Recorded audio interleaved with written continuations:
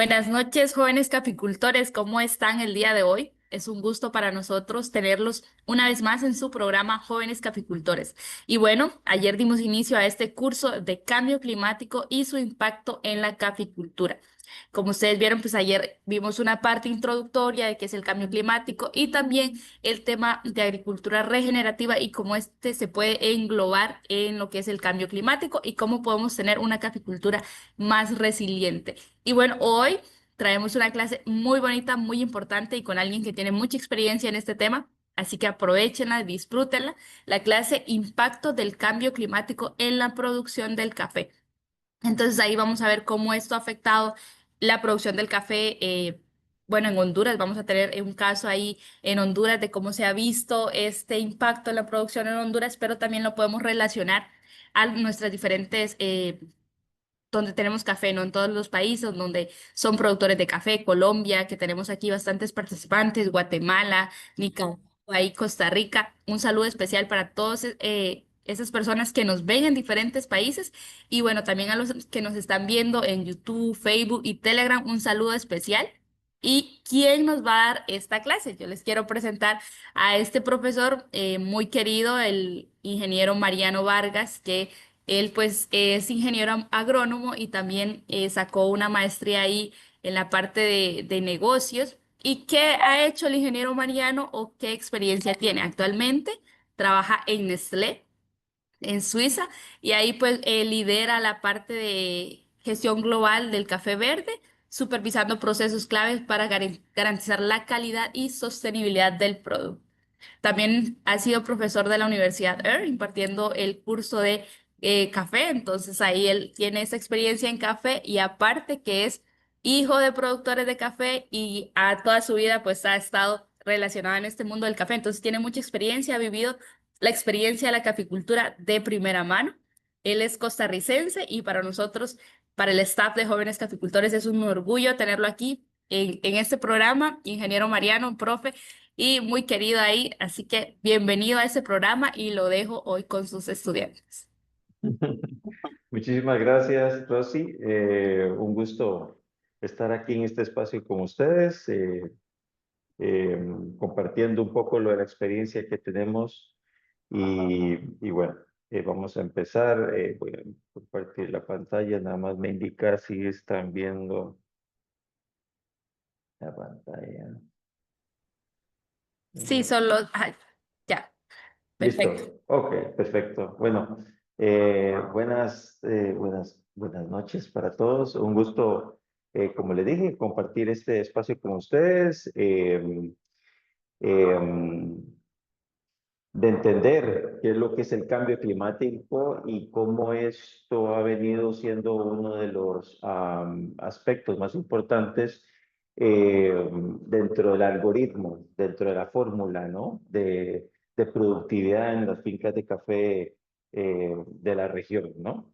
Eh, pues aquí habla Honduras, pero vamos a ver, quizá hablar un poquito más de la región, entender qué es el cambio climático, cómo esto afecta a la planta de café, cómo es que responde la planta de café a los efectos negativos del cambio climático, porque también el cambio climático también en ciertas zonas ha tenido efectos positivos, pero en este caso también vamos a hablar de efectos negativos. Y después, ¿de qué manera podemos nosotros desde las fincas establecer estrategias para mitigar los efectos negativos de la variabilidad climática que tenemos nosotros en nuestras fincas, ¿verdad? Ok, entonces, para poner un poquito en contexto, cambio climático se viene hablando desde las últimas 2 o 3 décadas, se ha comenzado a hablar mucho, principalmente por todas las emisiones de dióxido de carbono que ha tenido en la atmósfera. Esa acumulación de dióxido de carbono en la atmósfera, pues básicamente lo que hace es distorsionar los patrones climáticos que tenemos en pues, en nuestras regiones. Y eso ha hecho que esta acumulación de CO2 y otros gases dentro de la atmósfera, pues ha hecho que se distorsione. Entonces ya resulta ser que ya la época lluviosa que teníamos no es tan lluviosa como antes, o es muy lluviosa en cierta época, o en la época seca, pues se extiende mucho, o más bien nos llueve en verano. Entonces, por eso es que en lugar de cambio climático es bueno hablar de variabilidad climática, ¿no?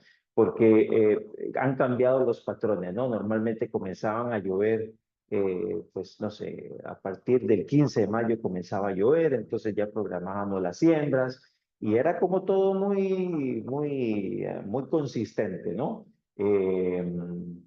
Inclusive había, pues, en ciertos países se conocían como las canículas o el veranillo de San Juan o bueno, todo eso había muchas coincidencias que hacían que el café se comportara de una forma muy estable. Pero en los últimos años, eh, estas distorsiones en la atmósfera pues han hecho que estos patrones hayan cambiado. Entonces, nosotros como gestores del ecosistema local o fincas productoras de café en este caso, tenemos la habilidad de establecer estrategias para ver de qué manera podemos disminuir esos efectos negativos. Esto es algo que no solamente a la región le está sucediendo, eso está sucediendo a nivel global, pero um, los trópicos son las primeras regiones que están sufriendo los mayores embates, ¿no? Eh, Entre más alejados del Ecuador estemos, los cambios han comenzado a ser diferentes, son un poco más leves, pero en nuestra región tropical, ¿no? Entre el trópico del Cáncer y el trópico del Capricornio, pues se han comenzado a suceder con más frecuencia. Como les digo, esto se ha manifestado con cambios de temperaturas y precipitación. Normalmente a nivel global se ha calentado el planeta, entonces eso también ha hecho que cambie el tema de precipitaciones. Y en el tema de precipitaciones, en el trópico, como tenemos dos épocas muy definidas, la época seca y la época lluviosa, pues resulta ser que en la época lluviosa quizá llueva lo mismo que llovía hace 15, 20 años, pero quizá ha disminuido la frecuencia de las precipitaciones y ha aumentado la intensidad.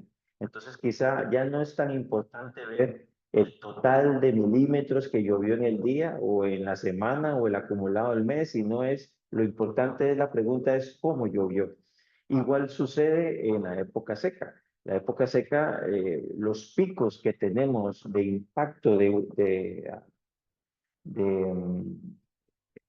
radiación ultravioleta, pues imagínense que al ser humano, a la piel le está haciendo daño, ahora imagínense a la piel, ¿verdad? Pues, o a las hojas del café en este caso, ¿no? Ellas solitas están comenzando a tener ciertas adaptaciones, pero ellas no pueden hacerlo con todo, ¿verdad? Entonces también eso es importante también tener eso muy claro, ¿no? Eh, y, y esto, evidentemente, el café como planta perenne, tropical, um, es gobernada por el clima, ¿no? Normalmente en fisiología eso llamamos que el café es gobernado por los días largos y los días cortos y también por el estrés hídrico. Entonces imagínense que la planta está programada y gobernada por este tipo de eventos que tienen que ser subprogramados para tener las floraciones y por ende las cosechas, pero resulta ser que no es tan sencillo para la planta, ¿no? Ella comienza a tener desórdenes dentro pues de su agenda, ¿no? Digámoslo así, ¿no? Entonces, para poner un poquito en contexto de lo que está sucediendo a nivel global, pues esto es como una radiografía, un gráfico, pues una visualización, pues con colores, pues es muy fácil identificar esto, pero estamos viendo cómo a través del tiempo, de los últimos 50 años, cómo ha comenzado a calentarse las diferentes, la temperatura promedio en grados Celsius, eh, en los diferentes meses, ¿no? Entonces tenemos el lado izquierdo de enero a diciembre y el promedio es la última fila y pues vamos viendo cómo en los últimos 50 años, cómo ha comenzado a calentar y esto evidentemente tiene que tener un impacto negativo dentro de los patrones de clima, ¿no? Y esto que voy a decir es muy, muy importante. Recordémonos que por lo menos lo que es la región, y no solamente podemos hablar de Centroamérica, yo podría hablar de, de Veracruz, Oaxaca, Chiapas, pasando por toda la región centroamericana, hasta cierta parte del norte de Colombia, podríamos decir, podríamos decir que es una de las regiones más susceptibles al cambio climático que hay en el planeta. ¿Por qué no decirlo? Hay una parte de Panamá y Costa Rica que es más, o sea, su ancho es de menos de 100 kilómetros, 200 kilómetros. O sea, eso no es nada. Eso no es nada. Eso es, si lo comparamos con islas como República Dominicana o como Cuba, hay partes de Centroamérica que son inclusive más angostas que una isla. Entonces, imagínense que el clima a nivel global está mucho de lo que sucede en el clima, pues evidentemente es por las masas oceánicas, ¿no? Entonces, imagínense que la región de Centroamérica, que está rodeada por dos masas oceánicas, el mar Caribe por un lado y el océano Atlántico, y el océano Pacífico al otro lado, pues imagínense la influencia que tiene esas dos masas oceánicas entre dos masas continentales. Y esta parte, esta región del mundo, pues resulta ser que es una de las zonas más susceptibles. Y bueno, y ya todos sabemos, por lo menos los que somos de la región, que a partir de septiembre comienza la época de huracanes y eso es, bueno, comienzan los embates de los diferentes huracanes y eso es prácticamente desde África comienzan a desarrollar sobre el Océano Atlántico y el Mar Caribe básicamente es como la canasta que recibe todos los huracanes y pues ¿quién está ahí? Pues estamos, ¿verdad? De Centroamérica, el Golfo de México, inclusive pues tenemos repercusiones inclusive con la Florida porque inclusive hacen el vórtice, ¿verdad? Hacia la región, hacia la península de Florida, pero pero también hemos tenido casos de huracanes que nos atraviesan, ¿verdad? Me parece que hace 2 o 3 años tuvimos unos casos de que los huracanes más bien pasaban, ¿no? Directo, cruzaban Centroamérica. Imagínense lo delgadito que somos, lo susceptible que es esta región. Entonces tenemos que tener eso totalmente claro, ¿no? La susceptibilidad que nosotros tenemos como región, tenemos que tenerla muy clara. Y la manifestación del cambio climático en Huehuetenango, en Guatemala, o en Boquete, en Panamá, es totalmente diferente al sur de Minas, en Brasil. Todas las regiones están produciendo café, pero el clima es totalmente diferente. Nosotros estamos realmente expuestos a los cambios climáticos. Brasil, en sus zonas de producción, que es el sur de Minas, Minas Gerais y la parte de Amazonas, donde tiene robusta, quizá esas partes son un clima lo que llaman continental, ¿no? Entonces, ellos tienen cambios climáticos, pero no es la agresividad que nosotros estamos ya acostumbrados. Yo me imagino que si nosotros nos vamos a vivir a otro lugar a producir café, nosotros vamos a decir, pucha, aquí es un poco más estable. Pues sí, nosotros inclusive ya estamos normalizando este tipo de eventos extremos, ¿no? Entonces, esto es muy importante tener claro, o sea, estamos jugando en la misma liga de café, estamos jugando el mismo deporte, pero con diferentes condiciones, ¿no? En este caso, Centroamérica, el sur de México y la parte norte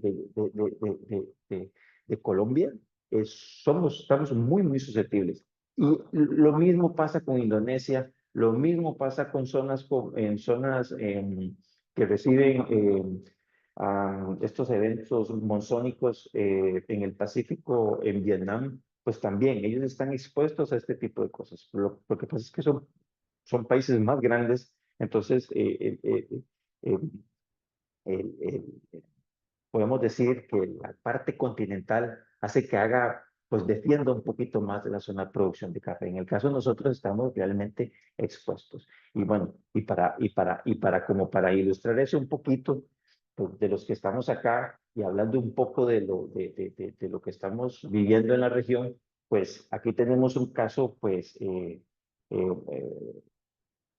de los últimos, 2020 me parece que fue, sí, el año de la pandemia, 2020, eh, Centroamérica tuvo el impacto en menos de 15 días, tuvo el impacto de dos huracanes mayores, categoría 5, ¿no? En donde impactaron directamente a países norte de Nicaragua, todo Guatemala y Honduras, ¿verdad? O sea, todos, o sea, tuvieron ese efecto, ¿verdad? Esos daños significativos en el cultivo del café, en donde inclusive el gobierno, los gobiernos decretaron hasta pérdidas agrícolas en todos los cultivos, pero el cultivo del café fue el 50%, 27% para banano y plátano, 5% para caña de azúcar, pero lo más grave de todo es que cuando son la época de huracanes, cuando empieza septiembre, octubre y noviembre, cuando es la época del año más importante de llenado fruto,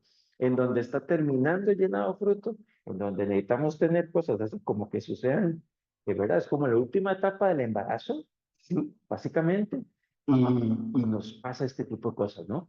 Y en algunas zonas bajas ya estamos cosechando, ¿no? Entonces, imagínense qué sorpresa comenzar a nosotros a lidiar con este tipo de cosas, ¿no?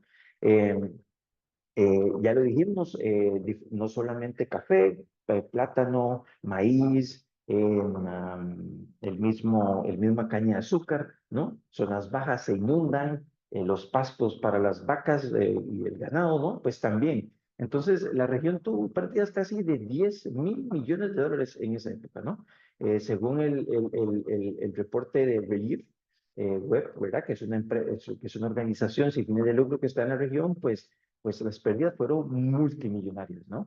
Y nuestros cultivos normalmente no están asegurados, ¿verdad? Normalmente así es, ¿no? Nosotros tenemos que hacer la planta producir para llevarla para vender, ¿verdad? Si la perdemos en el camino, pues perdemos eso. Y también otra de las cosas que sucedió en esta época fue que, bueno, que también la infraestructura, ¿no? Nuestros países desafortunadamente no tienen infraestructura de caminos de primer mundo, entonces también este tipo de eventos es un gran problema, porque también tenemos problemas para sacar nuestras cosechas y bueno, en países como Costa Rica o el sur de México también me acuerdo que también hubo pérdidas de cosecha, pero porque no pudimos sacar la cosecha a tiempo, ¿no?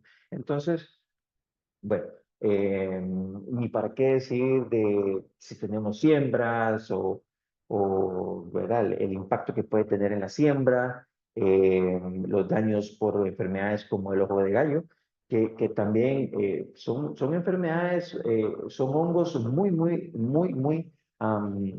agresivos que no negocian. Yo siempre he dicho, la roya que todos conocemos la Roya negocia, la Roya con un caficultor bien disciplinado, con sistema de nutrición bien organizado, con sistemas de podas bien planificadas, pues se negocia y la Roya está, pero no afecta tanto. Pero, señores, las enfermedades que podemos tener en épocas cuando se cierra el cielo y no tenemos luz, no tenemos temperatura, la humedad está en los cielos, y tenemos el nivel freático del suelo, lo tenemos lleno, o sea, no hay oxígeno en el suelo, eso es lo que llaman anoxia, ¿verdad? Porque no hay oxígeno en el suelo. Recuerden que las raíces también respiran y la planta prácticamente colapsa. Para mí la planta de café es como una vaca, ¿no? O sea, a la vaca le hace más malo los temporales que la época seca, ¿no? La época seca usted puede suplementar, puede llevarla pues ahí un poquito mejor, pero ya una vaca en época lluviosa, pues es complicado, ¿verdad? Problemas de pezuñas, mastitis y un montón de cosas, ¿no? Pues la planta de café le pasa lo mismo. Y recordémonos que la planta de café proviene de una zona semiárida, ¿verdad? De la zona del bosque tropical etíope, Y ahí realmente llueve, pero llueve poco, no llueve con las intensidades que nosotros tenemos acá. Y para muestra un botón de cuál es como pues, cómo es como cómo podemos decir, o sea, cuál es el contexto preferido del café, pues vayámonos a Brasil. Brasil es un país que llueve muy poco, ¿no? O sea, 300, 400 milímetros al año, inclusive hay veces menos, ¿no? Y la planta de café, usted la ve y se preocupa, pero la planta ahí va. Pero le hace muy bueno esa condición secana, ¿no? Al café. Entonces, cuando vemos estas fotos, estas imágenes, y pues realmente sí es lo que nos llega a recuperar. Entonces, volviendo a lo anterior, manifestaciones del cambio climático.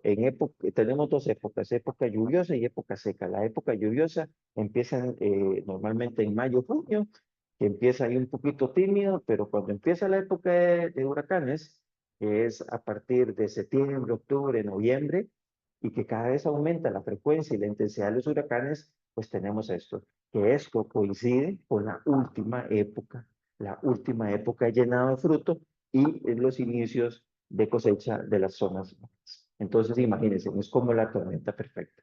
Entonces, esto por un lado, impacto en los últimos años en la época lluviosa, pero también vayámonos al otro lado, ¿no? Impacto en los últimos años, pero ahora vayámonos a la época seca, ¿no? Y esto es un poco, esto es un resumen de noticias así, o sea, eso es muy fácil. Ustedes llegan y comienzan a buscar noticias, pues fácil encontrar noticias sobre el corredor seco de centroamericano, ¿verdad? Que es bueno, ahorita les voy a explicar un poco lo de esta condición. Declaran alertas rojas en Honduras, la sequía e inseguridad alimentaria, corredor seco en Centroamérica, pues también comienza a impactar, declaran sequía por 64 municipios en Honduras. Bueno, entonces todo esto es prácticamente por esta zona de canal seco que tenemos en Centroamérica, que es una franja geográfica que se caracteriza por estaciones secas prolongadas. Acordémonos una cosa, y aquí vamos como por una clase de geografía. Vamos a hacer una clase de geografía. Aquí en esta parte, en Costa Rica, está el río Grande de Tárcoles, ¿no? Es un río de 110, 115 kilómetros de longitud. Es muy importante, pues, para Costa Rica, pues, que viene del Valle Central. Pero no solamente eso, sino que para Mesoamérica ese río es súper importante porque es la división entre el trópico seco y el trópico húmedo. Entonces, de aquí hacia el norte, hacia el sur, empieza pues básicamente toda esa costa es prácticamente el trópico mesoamericano húmedo, realmente húmedo. Inclusive aquí tenemos la península de Osa, que es una de las zonas más intensas en biodiversidad del mundo. Pero hacia el norte comienza el trópico seco y el Pacífico centroamericano, todo lo conocemos, es seco, seco, seco, seco. Y eso es porque tenemos esta gran franja de aproximadamente 30.000 kilómetros cuadrados, me parece que es, que se extiende desde Costa Rica, desde esta división del río hasta el sur de México, que llega con la selva lacandona, ¿no? Ahí en todo lo que es la península de Yucatán, ahí es como hace como un bloque, ¿no? Y acordémonos que la selva lacandona y todo lo que es la selva Yucatán, sí, la península de Yucatán, pues eso en su momento, en los tiempos de los mayas, pues eso también fue muy, muy seco. Nada más que, bueno, hay una historia interesante de la agricultura maya que se desarrolló ahí, que sí hizo que hoy sea una de las zonas más pues, intensas en diversidad también. Pero es una selva muy nueva. Pero bueno, volviendo al tema, estos 30.000 kilómetros cuadrados de canal seco, pues básicamente es un ecosistema semiárido tropical, ¿verdad? Súper estudiado, eh, con alta susceptibilidad a sequías severas. Entonces, entonces, si ya de por sí es una zona que ya se caracteriza por esto, porque tenemos, por las condiciones y geografía de la región centroamericana, ¿verdad? Pues ya tenemos que tener eso muy claro. Inclusive, si ustedes se ponen a ver Pues Honduras hay café, y bueno, en Guatemala pues también, pero en Honduras hay café en todo lado, o sea, es un cultivo que se encuentra en todo lado, pero sí, sí está muy marcado. El 70-80% del café se encuentra como en esta zona seca, ¿no? Seca. Entonces, y no solamente eso, o sea, si hablamos de agricultores, yo me atrevería a decir que hay unos de entre 15 y 20 millones de agricultores fácilmente ahí distribuidos en toda esta zona, ¿no? Eh, y bueno, eh, tiene toda una importancia ecológica y social por lo que estamos hablando, y, pero por lo que estamos hablando y por las noticias que les presentamos, pues eh, el corredor seco empieza a ser más seco, ¿no? Entonces, ya dijimos, el café le hace muy bueno el clima seco, más que el húmedo, pero cuando es muy seco, recordémonos que en agronomía hay un término que se llama punto de marchitez permanente. Ese punto de marchitez permanente cuesta llegar mucho a ese punto, pero cuando llega es irreversible. Hay cambios en la planta que es irreversible. Entonces hay plantas que se llegan a estresar tanto por sobrevivir que sobreviven, pero hay cambios en la planta que usted realmente dice, este cafetal ya no es el mismo, ya no es el mismo, porque pasó por una época de estrés tan fuerte, tan fuerte, sobrevivió. La planta tiene que hacerlo, como todo, ¿no? Como todo ser vivo tiene que sobrevivir. Pero en este caso o sea, hay cambios irreversibles que la planta no puede volver atrás. Entonces, ya vimos que tenemos los extremos, ¿no? Las inundaciones, el impacto durante 2 o 3 meses, 90 días de series de huracanes, ¿no? Unos tras de otro, uno tras de otro. Eh, ya luego también tenemos pues el impacto de sequías o sequías, digámoslo así, o periodos largos de época seca, que eso ya lo sabemos que es por este gran movimiento, ¿no? Que tenemos de esta masa de agua caliente o fría que se mueve en el Pacífico, que es lo que decide si un año es niño o si es un año si es niño. Y nuestra zona, Centroamérica, pues es una zona súper susceptible por lo que dijimos, por la localización que tiene, por lo angosto que es, pero también porque a unos 250, 300 kilómetros al sur tenemos pues esta gran masa que pega con el Ecuador, con las costas del Ecuador, y eso cuando se calienta, eso hace como una aspiradora, ¿no? Entonces trae todo el aire del Caribe y es lo que hace secar toda la humedad de la región, y cuando está frío, pues hace lo contrario, no se mueve nada y prácticamente se pone muy húmedas las condiciones. Entonces, eso es lo que tenemos que lidiar, y por eso es que es tan importante eh, a los agricultores principalmente, pero en este caso los productores de café, tienen que tener claro si este año es ciclo niño o si es ciclo niña o si está en transición. Y eso es prácticamente decisivo para ver si sembramos o no sembramos, por ejemplo. O si o qué variedad vamos a sembrar, o cómo la vamos a sembrar, o el manejo de la sombra inclusive. Entonces, eso es lo que tenemos que tener muy claro. Am, bien, y esto ya, bueno, eh, ¿qué con todo esto? Bueno, con lo que nos duele, ¿no? Eh, la productividad, ¿no? Al final de cuentas, nosotros trabajamos y producimos café no solamente porque nos gusta, porque, porque nuestra familia lo está haciendo desde hace generaciones, ¿verdad? Pero también es un negocio. Y necesitamos que esto pues, sea rentable. Y si es rentable, es atractivo. Y si es atractivo, pues esta condición va a continuar durante la próxima generación, ¿cierto? Pero la pérdida, tenemos pérdidas de productividad en los últimos años que se ha demostrado, y básicamente es por esta falta de adaptación a las condiciones de cambio climático. Entendamos que el cambio climático va a una velocidad sin precedentes, ¿no? Porque la acumulación de la concentración de CO2 y otros gases en la atmósfera, eso no para, eso no se detiene, eso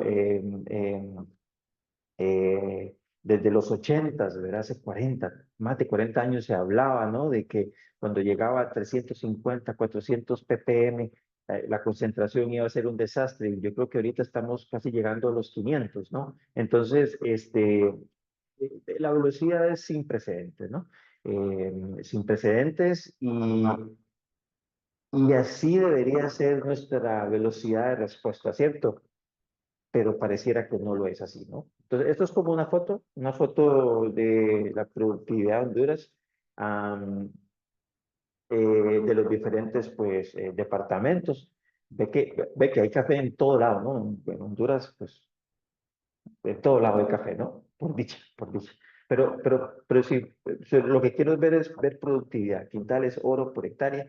Si nos podemos ver 27, 28 en los máximos, 30 en Cortés, pero bueno, son 60, el porcentaje de cobertura es menor. Pero en las zonas altas, en las zonas donde tenemos mayor cobertura, pues tenemos pues productividades altas, aunque también en zonas pues como Atlántica, ¿no?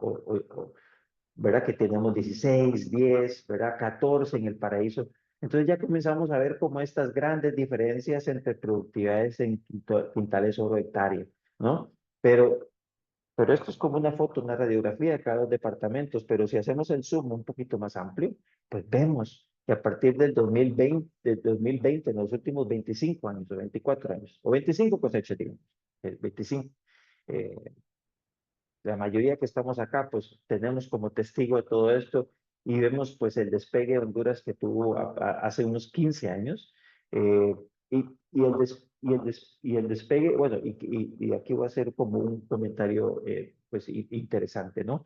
Todo este ascenso, ¿no? De la productividad de estos volúmenes que tiene un país como Honduras, pues prácticamente fue por la decisión de las variedades que tiene en su parque cafetalero, ¿no? Resistente desarrolla y ve cómo en el 2014 y 2015, mientras países como Guatemala y Costa Rica estaban declarando una emergencia nacional por la presencia de roya, pues Honduras también, pero vea que el efecto no fue el de los países vecinos. Entonces, ese crecimiento fue súper importante para llegar a casi a los 10 millones de quintales, pero algo pasó a partir del 2019 y 2020, ¿verdad? Y vea que la recuperación no ha sido la mejor, ¿verdad? Si comparamos 9 millones con la hace 2 años, que son casi un poquito arriba de los 6 millones, pues ya vemos que estamos hablando de casi un 30%. Si vemos acumulación es como un 26, 27% de disminución. Entonces, esto básicamente es una respuesta sí, es una señal muy clara de que la velocidad de adaptación de las estrategias de mitigación para el cambio climático en las fincas de café no es la velocidad que están teniendo, que estamos teniendo de los impactos negativos que estamos teniendo de parte de los diferentes eventos, ya sean eventos en la época lluviosa o en la época pues seca, ¿no? No están siendo lo mismo. Y yo en mi caso, pues provengo de una familia cafetalera, mi bisabuelo, mi abuelo, mi papá, pues producen café actualmente. Y, y es curioso porque cuando uno ya entiende la situación, cuando uno ve cómo acelerado van los procesos globales de cambio climático y, y, y el esquema de las fincas siguen siendo iguales, entonces llega un momento en la discusión, ¿no? En que hay que hacer las cosas diferentes, porque hay que hacer las cosas diferentes. Y entonces llega un momento llega un momento en que le dije a mi papá, eh, hágase la idea, porque cuando hacía alguna propuesta, hacíamos el equipo de trabajo, hacía alguna propuesta, él decía que no, o que no, que eso ya lo había hecho, no, que siempre lo habían hecho así. Entonces llegó un momento en que dijimos, vea, la situación hoy en día es tan diferente de hace 25 años que nada más imagínense que estamos produciendo café en otro lugar. Estamos totalmente en otro lugar. Borre el cassette todo lo que usted hacía y póngase a cuestionar cada una de las labores que usted hace para ver de qué manera levanta la productividad de la finca. Y así fue como comenzamos como a hacer diferentes cosas en la finca como para responder, ¿no? Entonces, para responder, pues todo lo que estábamos teniendo en las pérdidas de productividad. Principalmente Costa Rica fue después del 2014, eso fue 25-30% de los caficultores, pues básicamente se desaparecieron, no volvieron y se desaparecen no para producir café dentro de unos años, se desaparecen para no producir más, ¿verdad? Entonces, háganse una idea de que si tenemos 25 años de producir café, eh, estamos prácticamente en otro lugar. O sea, estamos en otra finca produciendo café, entonces tenemos que cambiar las cosas definitivamente. Y bueno, parte también de las cosas que estamos hablando y parte de estos impactos negativos, hay un impacto que no vemos y que cuesta mucho medir y que van a pasar generaciones y que nos va a costar mucho medir, ¿verdad? Que es que nuestra generación hemos sido testigos de una de las migraciones más grandes e importantes de la historia de la humanidad. En los últimos 20 años, la cantidad de agricultores que tomaron la decisión de tomar sus cosas, tomar su familia e irse hacia los Estados Unidos a buscar una vida mejor es algo sin precedentes y es un problema social que nosotros a los años nos vamos a dar cuenta. Porque muchas de esas caravanas que se comenzaron a ir post pandemia, bueno, pre-pandemia, pero post pandemia también, buscando una vida mejor, nada más imagínense lo que está sucediendo en ese contexto de la persona para tomar esa decisión. O sea, es muy importante. Y la mayoría de esas personas son agricultores. Son agricultores. O sea, son menos manos, menos cabezas que piensan y es menos café en este caso. Entonces, todas estas condiciones que tenemos negativas dentro de las fincas son prácticamente son como señales para nosotros comenzar a hacer las cosas diferentes. Y como lo dije al principio, eh, no solamente esto es producir café por producir café, sino esto es producir café porque, para que sea una actividad económica rentable y para que sea una actividad económica atractiva y tan atractiva que sea tan atractiva que la próxima generación pues también se haga cargo de las fincas, ¿no? Entonces, esto es como parte de los impactos, ¿no? De los tres grandes impactos que estamos teniendo en la región sobre el cambio climático. Eh, pues ecológico, pues sí, lo tenemos. Económico, ya lo expliqué. Y la parte social, pues es este tema de las migraciones y la asociación generacional que estamos perdiendo, ¿no? Y ya para ir como terminando y ir amarrando todo esto, pues, pues el cambio climático tiene una relación súper directa con la agricultura, ¿verdad? Porque la agricultura es hoy en día, es, aporta el 33% de las emisiones de dióxido de carbono totales, globales, ¿no? Está el transporte, está la industria, ¿verdad? Pero la agricultura en sí es uno de los mayores actividades que aportan CO2. Entonces, el cambio climático está afectando directamente a la agricultura, lo sabemos, pero también la agricultura puede ser el vehículo para tratar de mitigar todos estos cambios y de aliviar lo que son, aliviar un poco, ¿no? Lo de los efectos negativos que estamos teniendo. Entonces, aquí es donde resurge el Nescafé Plan, que es un plan global muy ambicioso de Nestlé, que que básicamente son los principios de agroecología o de lo que hoy llamamos agricultura regenerativa, que es básicamente convertir nuestras fincas en bosques productivos, ¿no?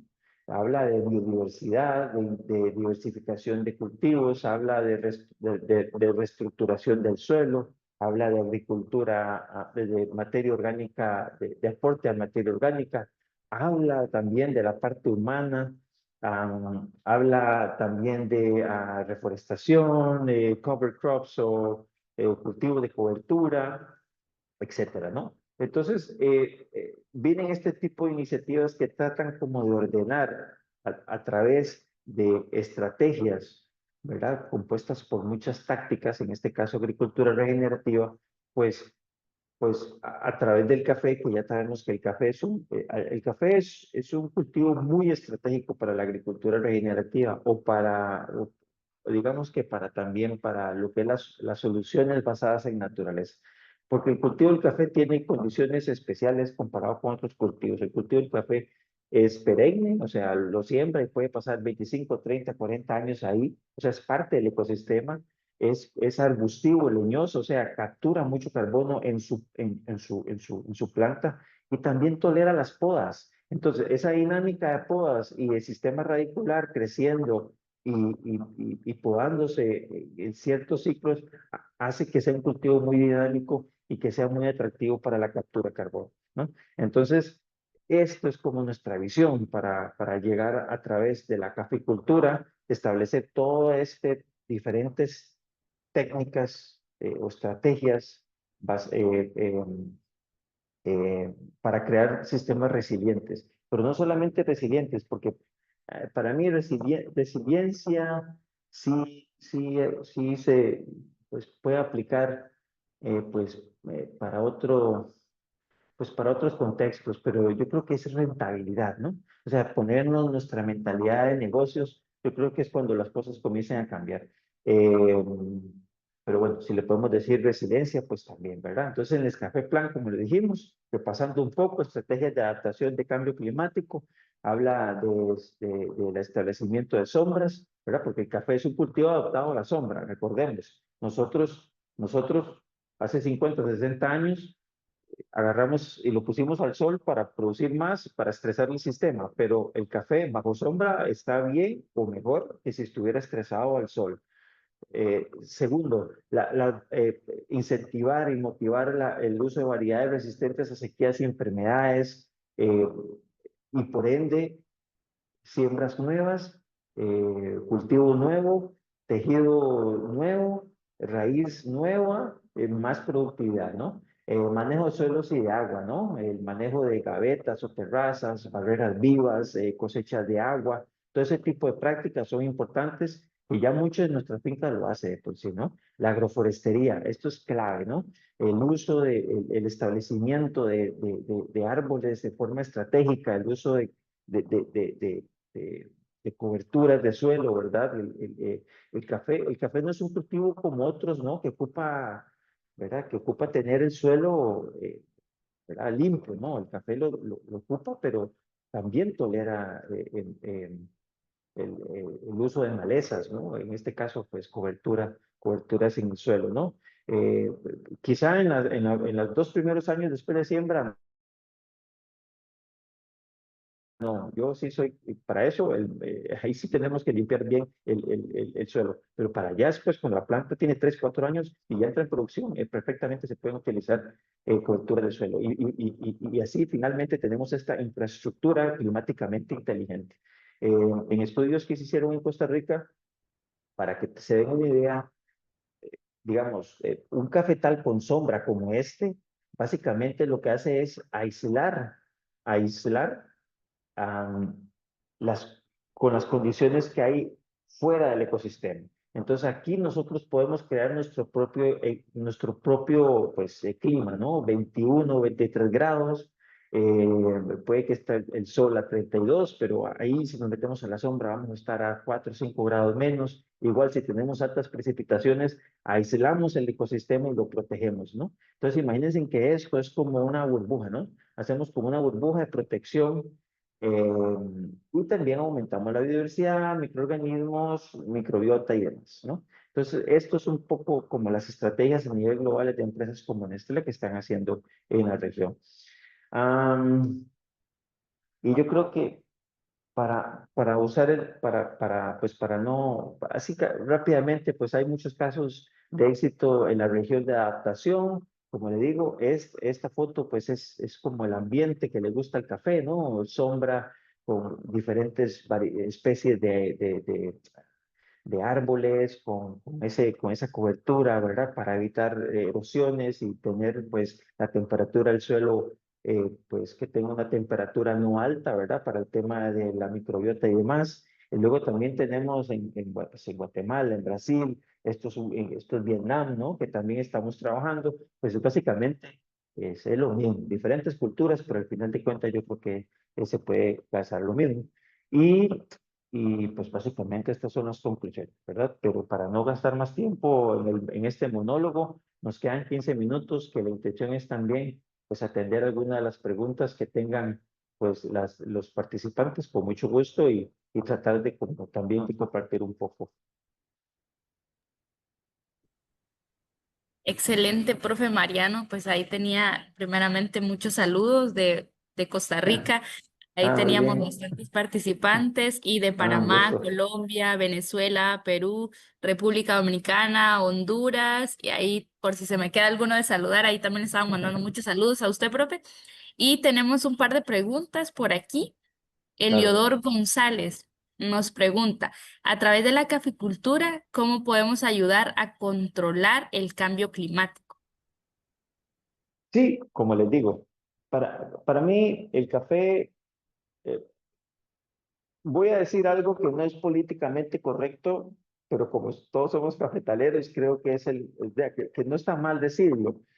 El café es un cultivo estratégico para el establecimiento de sistemas resilientes o sistemas climáticamente inteligentes. Eh, la planta de café está adaptada a la sombra. Viene del dosel de la selva tropical africana, ¿no? O sea, usted no puede establecer un sistema agroforestal como el que estamos viendo en una plantación de caña de azúcar. No lo puede hacer en una siembra de piña, de arroz, de inclusive de cítricos, de mango. O sea, no lo pueden hacer. O sea, la planta del café, la naturaleza del café, la fisiología del café permite el uso de sombra.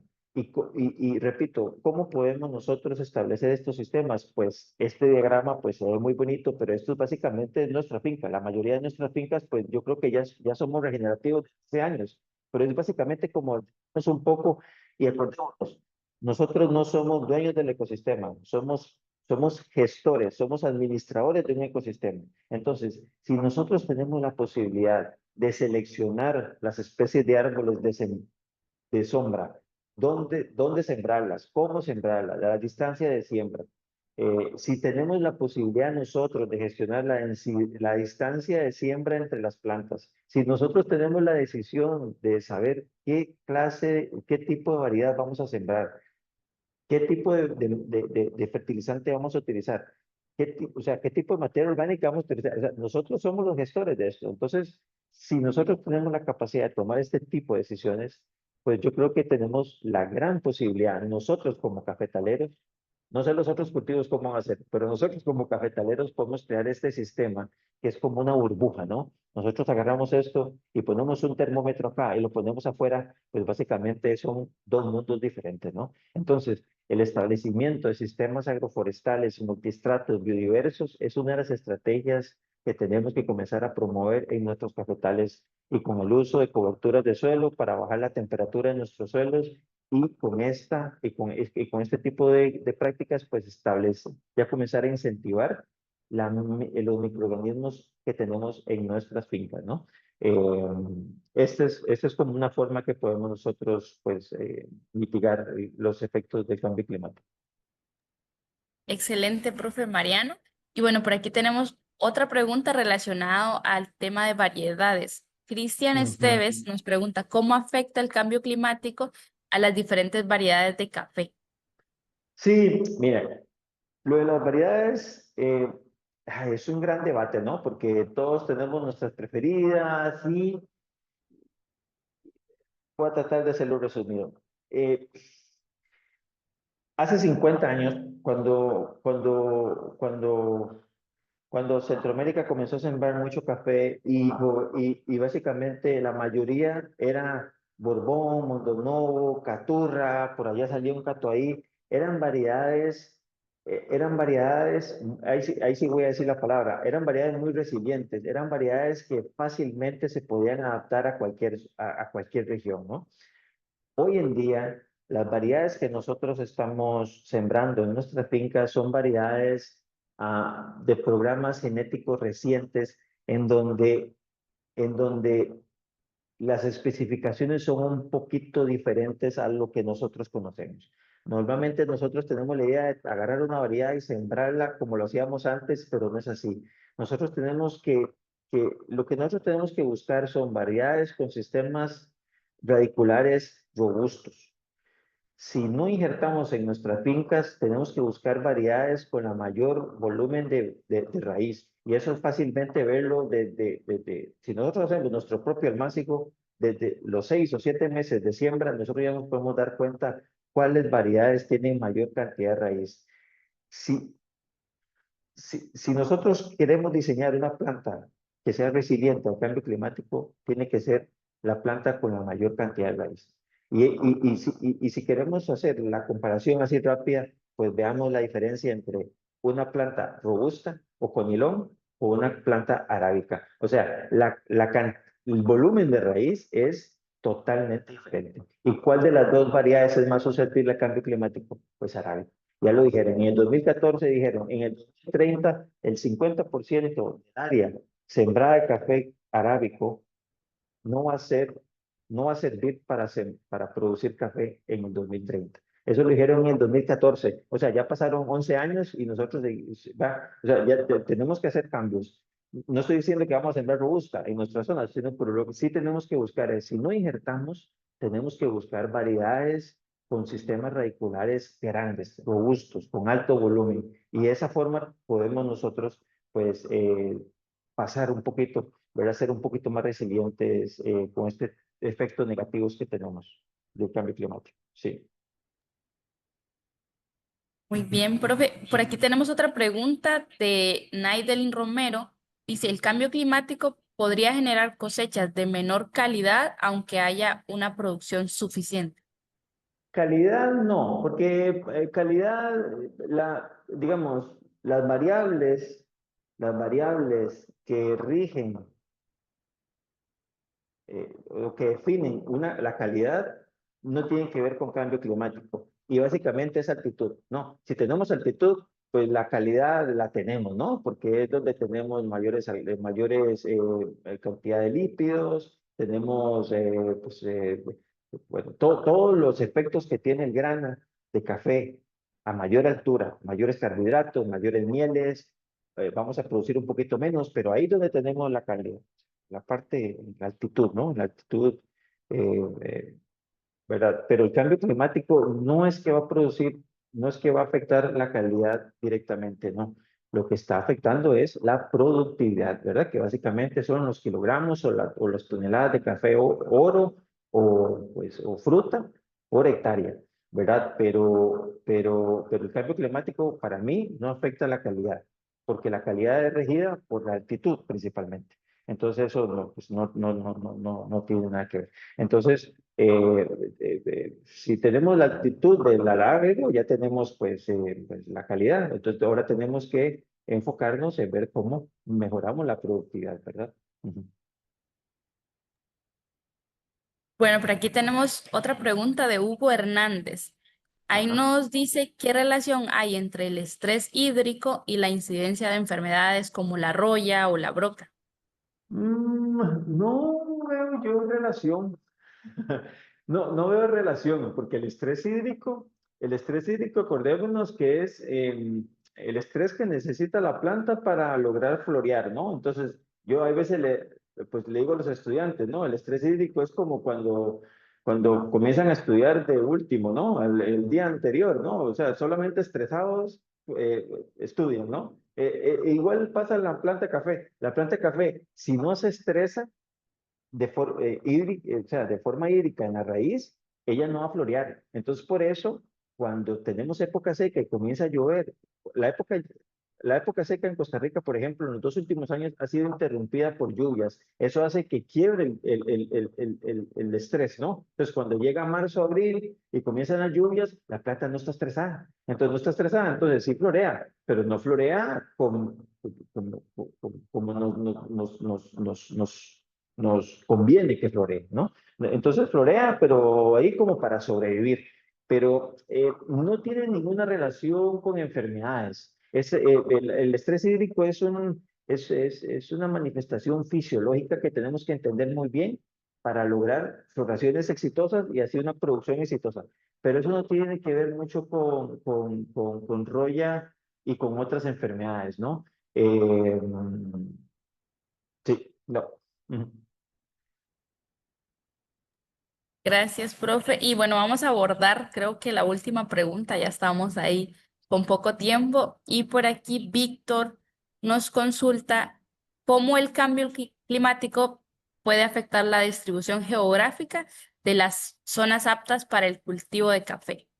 Bueno, hablemos con Colombia. Colombia, hace 20 años, Colombia con el problema de la roya, tuvo que comenzar a adaptar sus zonas y ya hay zonas en donde uno va en Colombia, a zonas bajas y le dicen, aquí hay un cafetal.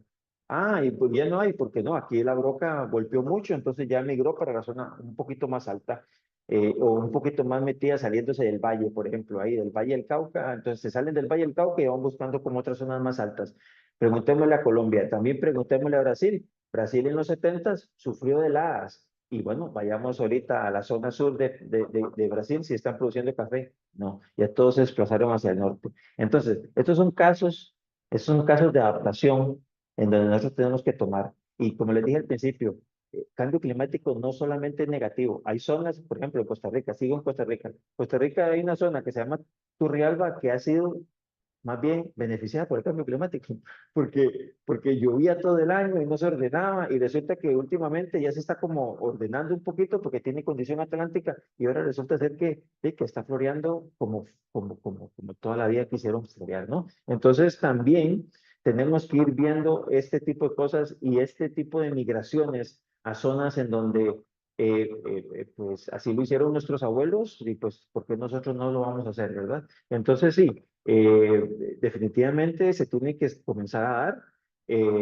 estas mini migraciones dentro de nuestras regiones buscando las zonas que mejor se adapten o que menos sean afectadas al cambio climático. Pero ojo, tenemos que hacer la tarea. No es que vamos a movernos todos a un lugar para, no, no, o sea, tenemos que hacer la tarea y hay estrategias como las que les comenté que pueden llegar a- podemos decir que a, a revivir, eso es una buena palabra, sí, a revivir una zona productora de café que no tenía sombra, por ejemplo, y comenzaron a usar sombra, que no usaban microorganismos, o comenzaron a usar microorganismos. Eso es como para revivir, rehabilitar los ecosistemas a través de estas prácticas, ¿verdad? Pero sí, definitivamente, geográficamente se han movido y tenemos casos en todo el mundo y bueno, ¿por qué nosotros no hacerlo también dentro de nuestra finca? Ujú. Muchas gracias, profe Mariano. Y pues ahí todavía nos quedaron pendientes algunas preguntas por disponibilidad de tiempo. Ya no las vamos a poder abordar, pero jóvenes, les recuerdo que por el chat de WhatsApp nos pueden mandar sus preguntas y nosotros ahí pues las estaremos respondiendo en el transcurso de la semana para que ustedes pues si tuvieron alguna duda pueda ser aclarada. Profe, muchas gracias por esta capacitación que nos ha dado. La verdad, es un orgullo para nosotros, jóvenes caficultores, que usted esté aquí con toda esa experiencia que tiene en estos temas y que nos pueda dar parte de esos conocimientos que usted tiene. Entonces, muchas gracias de Un parte gusto. de todo el staff de jóvenes caficultores y ahí también los jóvenes estaban bastante emocionados ahí Qué en las bueno. diferentes plataformas. Así que, profe, yo lo voy a dejar con sus estudiantes del día de hoy. Hoy tuvo bastante en una Qué clase, bueno. así que ahí para que les mande un saludo y se despida y pues para que sepa que siempre es bienvenido aquí en el proyecto de jóvenes caficultores. No, muchísimas gracias por la invitación, siempre a la orden y no, no, un saludo a todos y un gusto haber compartido y para mí es un placer, Rosy, un gusto. Ujú. Muchas gracias, profe. Bueno, jóvenes, recuerden siempre llenar la asistencia, ¿no? Ahí en el chat se mandó el...